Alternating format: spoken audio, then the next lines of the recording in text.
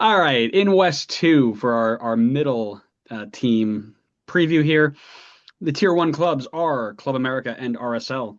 Tier 2 is Minnesota United and Atletico San Luis. And Tier 3 are Portland and Querétaro. This is the group that I would say is the most screwed up by tier ranking of last season based off of their current performances. So we're going to have fun with this one. Let's start with Club America, though. Definitely one of the locked on tier teams. This one is got to be one of the favorites to move on as a top four team from Liga MX.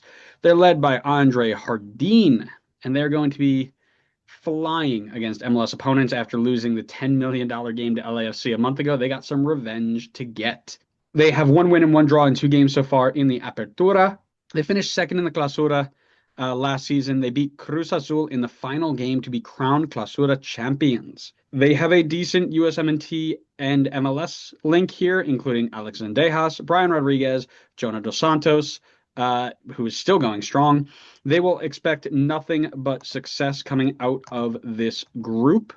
And what I will say is, as just a reminder for those of us who are listening just in sections, that they are going to have hub privileges first in Salt Lake, and then they will go and head into Houston and Austin to play their final two matches. Tell me more about location and transfers. Yeah, so as Andrew mentioned, um, first, before they get to their hub, they will be making a stop in Mormon Land, America First Field in Real Salt Lake. Then they will be hitting their hub, starting things off with Shell Energy Stadium, Houston.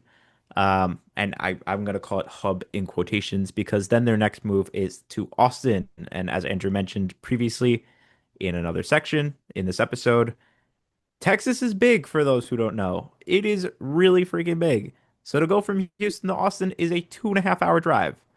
That's not the longest, but that is not exactly playing in the same exact stadium. But regardless, their last game, as mentioned, Q2 Stadium in Austin. That is their hub, in quotes. Some of the big name players that they have added recently, I've gone for Eric Sanchez, coming from Club America, Rodrigo Aguirre, from Monterrey, and then last but not least, Azeas Violante from Toluca. So bringing in a lot of Liga MX talent from other teams. My player to watch, though, one that Andrew mentioned before, Brian Rodriguez, off to a flying start so far this season, for Club America. We know what he's capable of from his time in LAFC. Yes, he didn't quite hit the heights that we had expected for him, but it was good enough for him to get a move over to Europe temporarily. It didn't work out. He came back to LAFC. Now he is back in Club America and has done pretty well for himself there. So I think he will be a key factor for them in terms of him being kind of in form and also just having some familiarity with the teams in MLS and the way that they play, so the way certain players play, and all that. Had no idea Rio Tinto Stadium was renamed. I mean, poor on me, What do but you mean? yeah, I did not. When you said America First Field, I'm like, are they playing in a baseball stadium? What? Um, Oh, so that if I'm wrong, that's what MLS no, had you're on no, their no, you're website. right. I looked it up. They changed it in Okay. 2022. I mean, it's been there for a while. I just didn't know. Which again, bad on me. I But mean, well, no, that's just RSL for yes, no offense to RSL, but the news Maddie, doesn't make its way over to the East Coast much on RSL. Maddie Casey, do not let Connor's words stand for all of I didn't us. say anything about RSL fans. They're amazing, but I'm just saying RSL news does not make its way over to the East Coast much. Pivot, pivot. My player to watch is Alex Zendejas because all I heard this entire USMNT camp was, I can't believe they called up insert MLS player here. They should have brought up Alex Zendejas. Ah, right. That was spot on verbatim, by the way. Yeah, I Um, could tell. yeah, yeah, that's USMNT talk for I know ball. They don't know ball. But to be fair to him, he did ball out. 12 goal contributions, 5 goals, 7 assists in 15 games. It's a good showing. And he had 2 goals in their playoffs to get them to the championship and win. But he's just not he's like on the outside looking in. So I would really be interesting to see what this Leagues Cup can do to elevate him in the eyes not only of I mean he's obviously in good graces in Club America, but I'd be really interested to see what this can do for his World Cup chances because this is it. There's not a lot left. So you really got to push it and see where you can go. Speaking of RSL, we don't hate you. Connor hates you. That's it. I do I just not want hate RSL. Don't put words into my mouth. Oh, luckily I am the one who edits everything, so I will make you look good, bad, or ugly.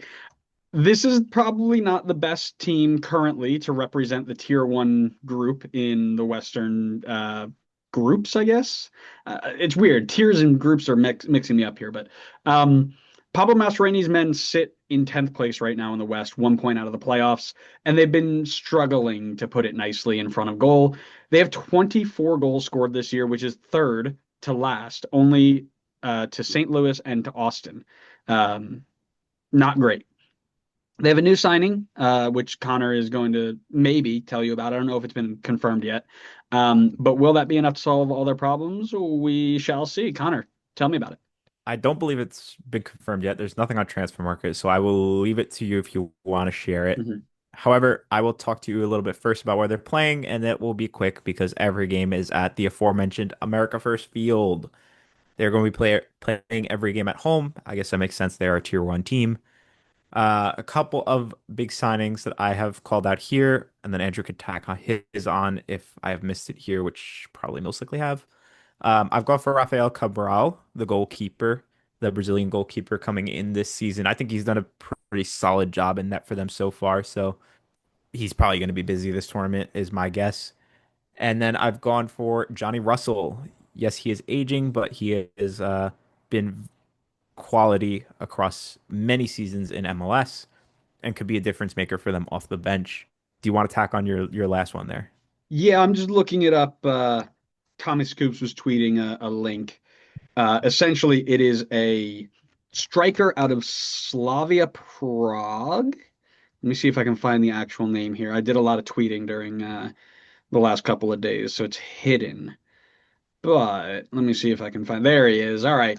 His name is Victor Olatunji from Sparta Prague. Fee around 2.5 million. Likely to get done without needing a DP deal. So it's nearing being done. It's not completed just yet. So it'll be interesting to see what that does. He looks like a carbon copy of um, like a physical, strong Kevin Denke type of build, right? Somebody who's going to go in and I watched some of his highlights, just be really, really strong, really fast, getting in behind, things like that, and then be a good finisher. So if that happens, great. If not, we'll see. Yeah, did you want to talk about your player to watch? Yep. So my player to watch is Pablo Ruiz for me. I think we know You of the love a Pablo quality. Ruiz shout. Why not? Why not? I mean, we know of the quality of player that he was a couple of seasons back, and I'm not saying he's lost that quality, but I feel like he's been in and out of injuries constantly and has kind of taken a step back from that level. But when he is on, he is a difference maker for this team and really connects everything well. And I think they're going to need it. I mean, you've seen obviously you talked about how they're struggling a bit this season. If you can get him going, you get Diego Luna going, you can get Diogo Gonçalves involved. It really gives you a huge opportunity there, and I think Ruiz is going to be a big part of kind of. I think I talked about this last episode with Atuesta as well, linking that defense and attack, and just being that key part to make things kind of all fall into place. So really want to see him kind of get back up to that level because he was, I mean, we talked about him a couple seasons back. He was a guy that we had talked about as one of the best sixes or eights, wherever you kind of wanted to put him in the league at his peak. You just you can't help yourself. I mean, I feel like RSL and Pablo Ruiz are like the only two things you know about that club. All right, well, why don't you just go and wax poetically about Willie Agata because you love him so much. I was so close to putting him on there, but I knew you would give I me know you were because I you knew you would give me garbage time. if I have a love for Pablo Ruiz, you have a love for Willie Agata. That's not true. My one is another guy who has to step up to the plate, and it is designated player Diego Gonçalves. He's the fourth most expensive signing in club history. brought in to be a creative attacking mastermind.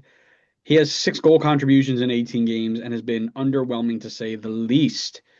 In League's Cup, maybe he can find some form and get ready for this really big playoff push that RSL is going to need. They've got 10 games left. They need to start winning games and scoring goals, and it has to come from him.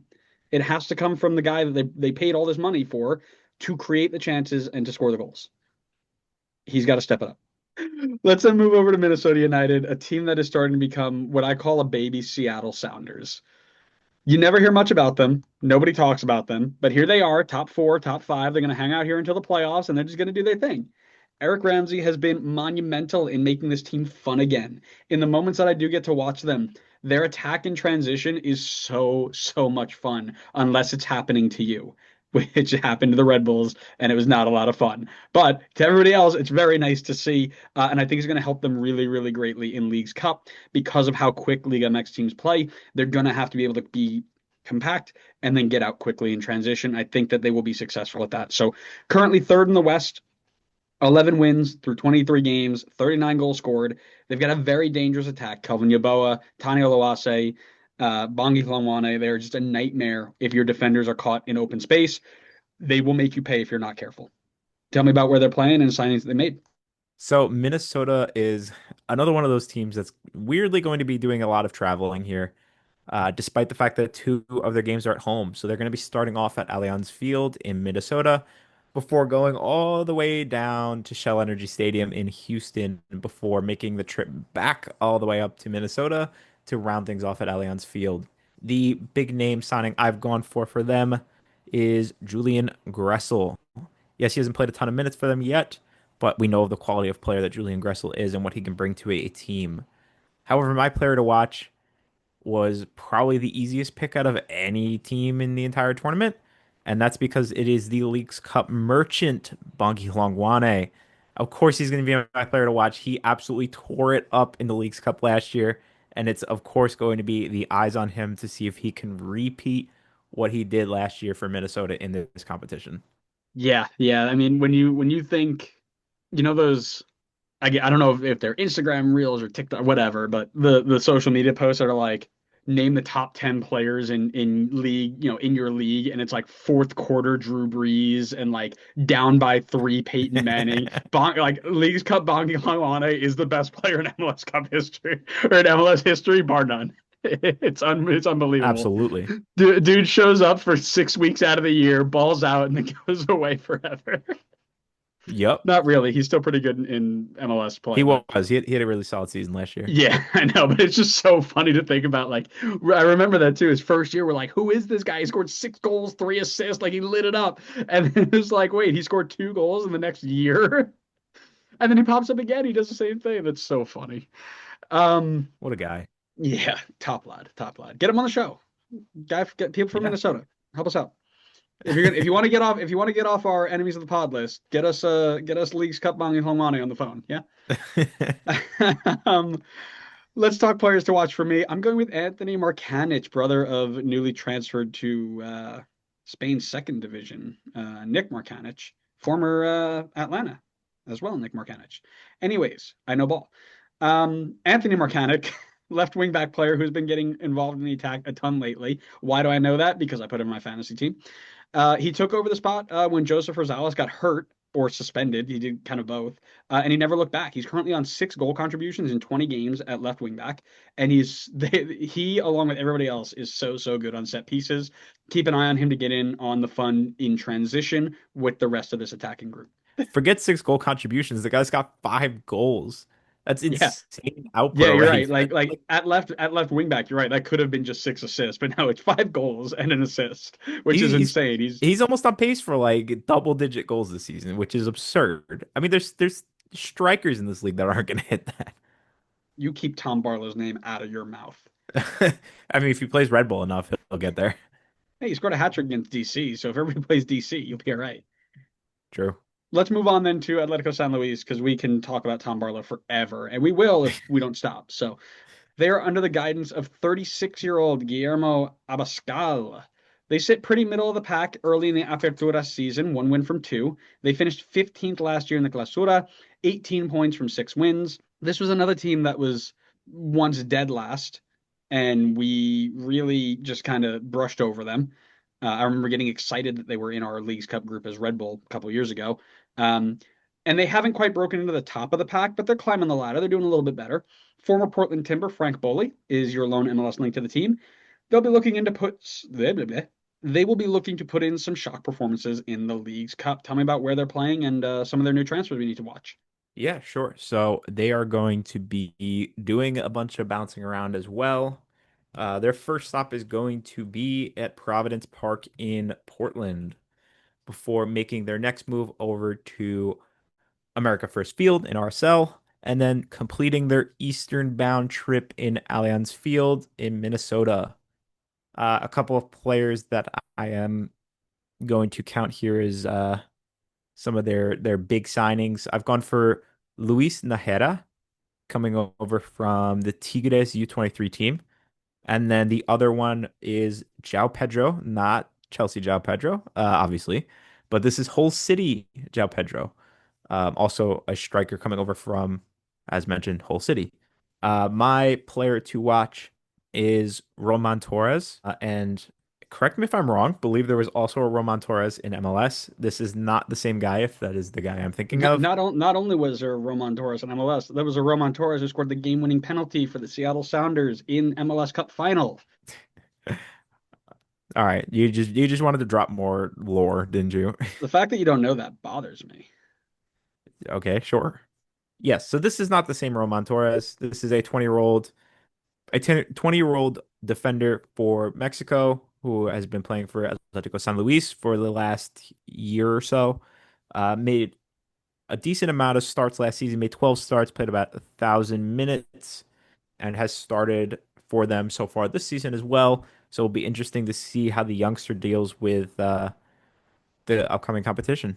And where did he come from? What was his group?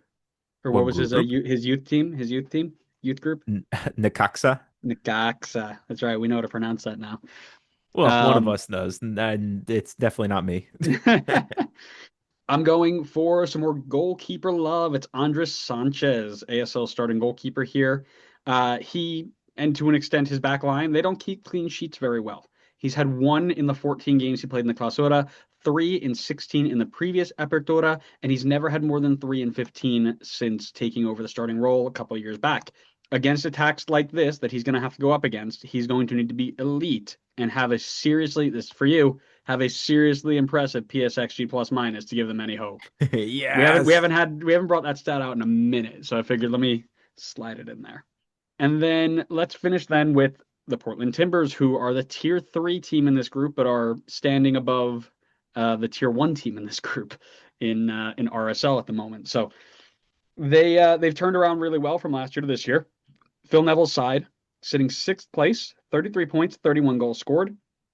Great at home.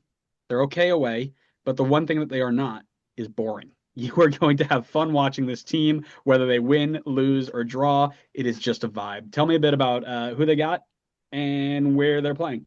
So Portland is going to be playing in Providence Park for their first two games before taking a trip over to Tejas to play in Austin at Q2 Stadium. Big signing for them. I've gone for David Da Costa. He is their Evander replacement, and he's also my player to watch. He hasn't quite filled the shoes of Evander. I think that was going to be very tough to do. Evander seems to be just different level of quality, and has shown that continuing that success over in Cincinnati. However, he hasn't exactly been a bum either. He's been solid for them. As mentioned, it was always going to be difficult to fill those shoes.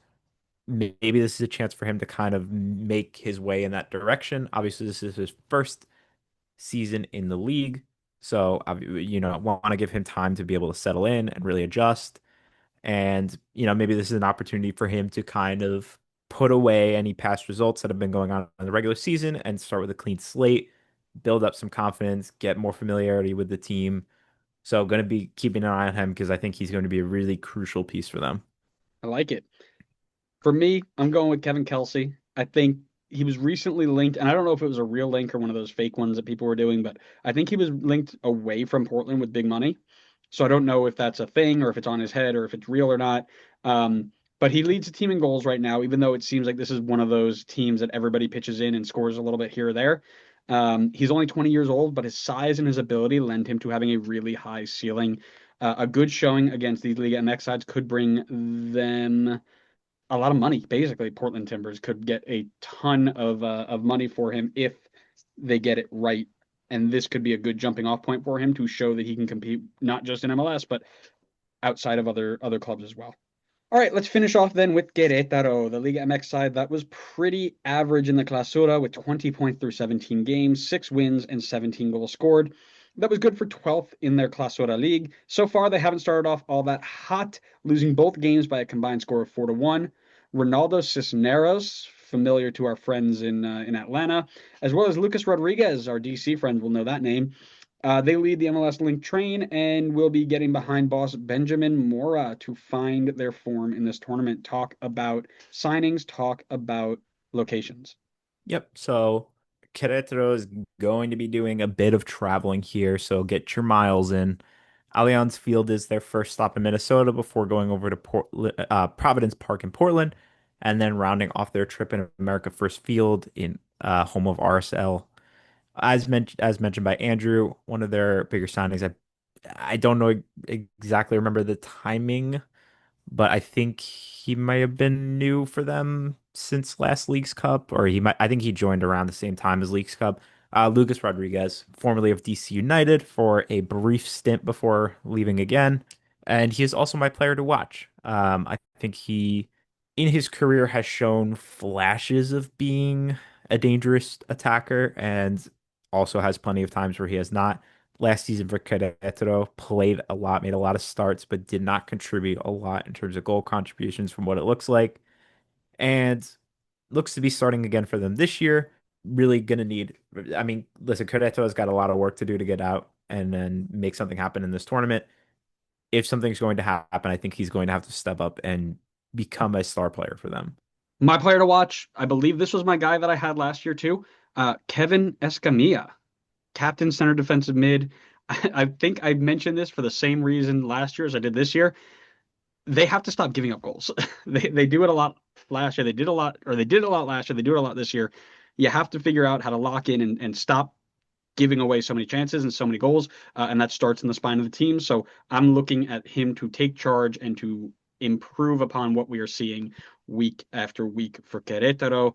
Again, not a team that I think has a super great chance of getting out to the final eight, but you never know. That means we're going to finish with predictions. Talk to me about your 6-1. Yep. So at my six, I've got Querétaro. I don't think they'll be making that miracle run. At five, I've gone for Atlético San Luis. At four, I've gone RSL. At three, I've got Minnesota. At two, I've got Portland. And at one, I've got Club America. We were so close. So Well, you keep close. messing it up a little bit. I don't know what to tell Yeah, you. right. Yeah, me, totally. The guy who knows ball. I mess it I up. mean, That's listen, I'm right. the predictions king. Look at the Uh, predictions. Look at the PowerPoint. yeah, yeah, we'll see. We'll see. We'll see what happens after this weekend. At six, I've got Querétaro. At five, I've got San Luis. At four, I've got RSL. At three, I've got Portland. At two, I've got Minnesota. At one, I've got Club America. I think Minnesota's attack is going to give them a bit more chance of success, whereas Portland, they're vibesy, but they're prone to mistakes. So I think a win can turn into a tie very quickly for them, whereas I think Minnesota would hold that lead. So